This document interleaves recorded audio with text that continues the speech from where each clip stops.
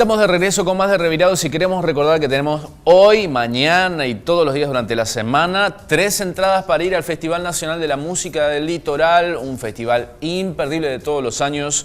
Así que busquen por ahí en TTV, en Twitter, en Facebook, denle me gusta a la propuesta y van a entrar en este sorteo muy pronto. Bien, ahora, más allá de que seguimos con un pie en la ciudad de Posadas, vamos a poner otro pie en el mundo. Vamos a poner otro pie que recorra el mundo, va a estar complicado, pero vos quedate tranquilo que a todo esto te lleva Carlos Serenelli.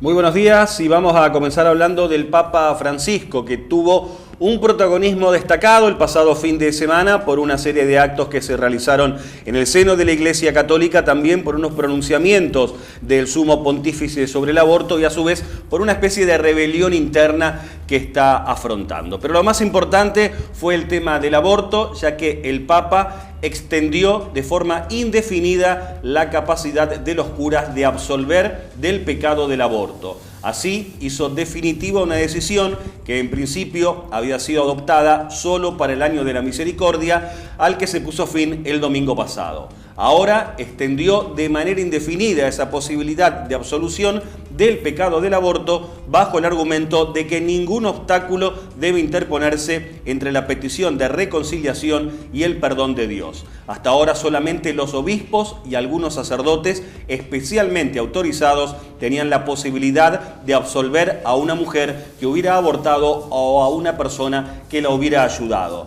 El aborto era hasta ahora un pecado que llevaba a la excomunión de quien lo realizara, mientras que ahora se pasa a ser un pecado que la Iglesia perdona si la persona que lo cometió se arrepiente y desde ese arrepentimiento se compromete a no volver a cometerlo. No obstante, el Papa subrayó que el aborto es un pecado grave porque pone en fin a una vida humana inocente, dijo. Esto se produjo en el marco de la celebración del año del Jubileo Extraordinario de la Misericordia, con un acto el domingo en la Plaza San Pedro ante unas 70.000 personas. Carlos, además, para la Iglesia, entonces, antes del aborto, antes de esta declaración, ¿no?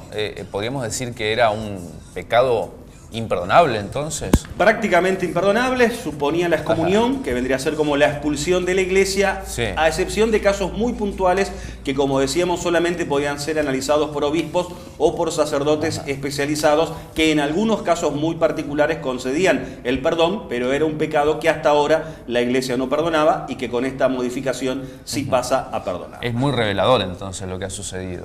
Es un gran cambio, un importante cambio en el seno de la Iglesia.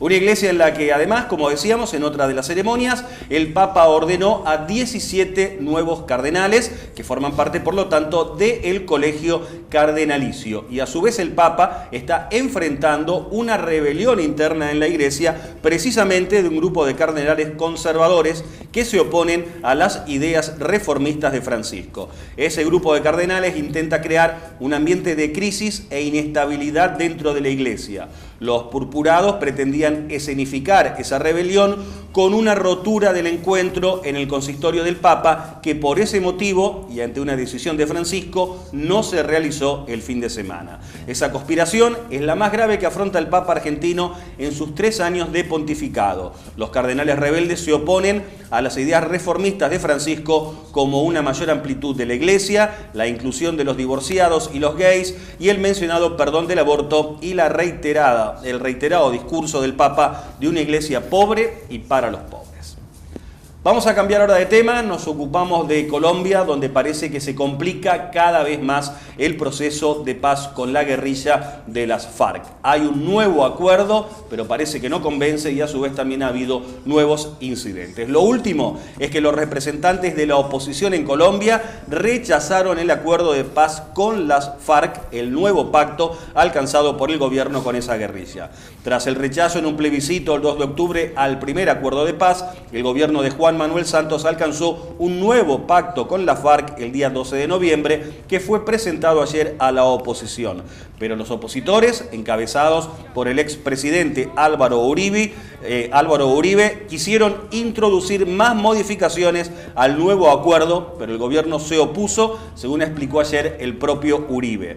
Los opositores afirmaron que el nuevo acuerdo es apenas un retoque del acuerdo rechazado por los ciudadanos. La situación se vuelve así muy complicada, ya que el gobierno y la FARC calificaron a ese segundo acuerdo de definitivo e inmodificable. El proceso de paz ya se había complicado además la semana pasada debido a la muerte de 2 integrantes de la FARC en un presunto combate con el ejército colombiano, lo que evidenció la fragilidad de la actual tregua. Y por lo tanto, ese proceso de paz en Colombia tiene cada vez más obstáculos.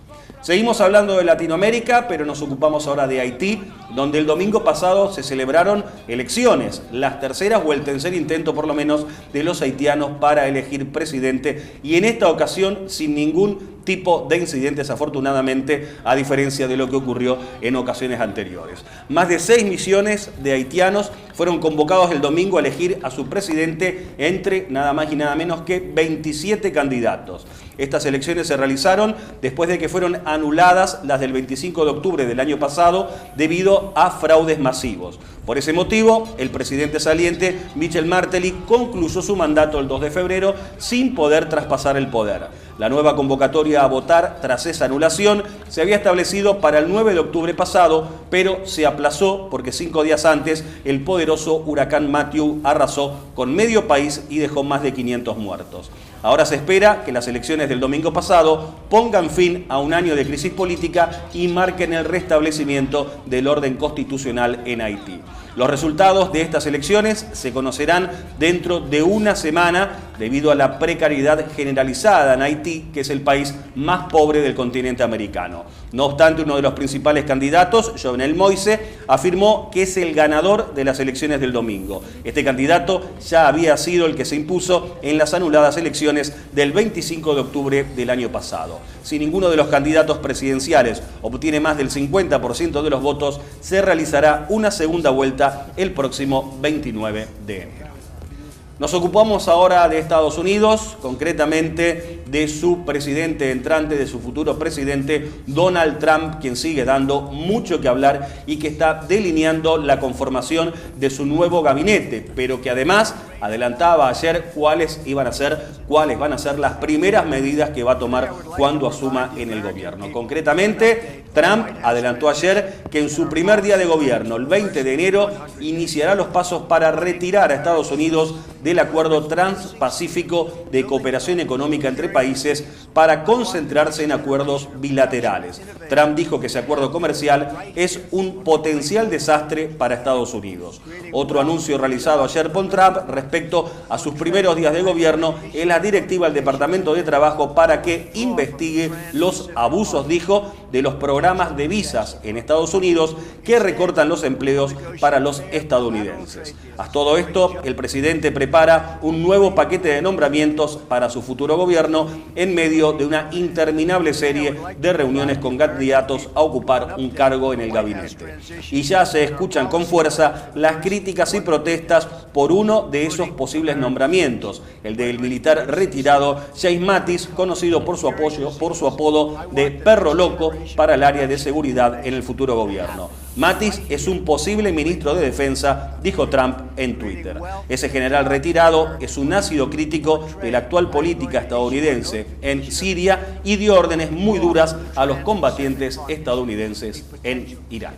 Y hablando de Siria, nos ocupamos en último término de ese país donde continúan los combates cruentos y la situación es cada vez más preocupante y con la atención de la comunidad internacional nuevamente puesta en ese país donde no cesan los bombardeos y en ese doble frente que se está enfrentando allí el combate, por un lado, entre el régimen del presidente Bashar al-Assad y el otro, el combate contra el Estado Islámico.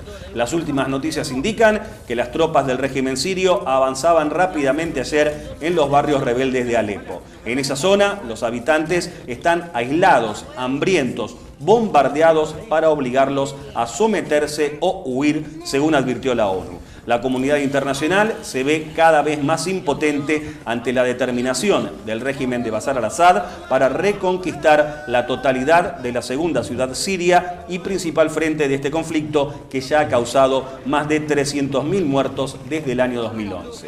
El embajador británico ante la ONU calificó por su parte de barbarie la campaña de bombardeos contra Alepo y su homólogo francés denunció una estrategia de guerra total para retomar Alepo a cualquier precio. Mientras tanto, los bombardeos no solo continúan, sino que parecen intensificarse.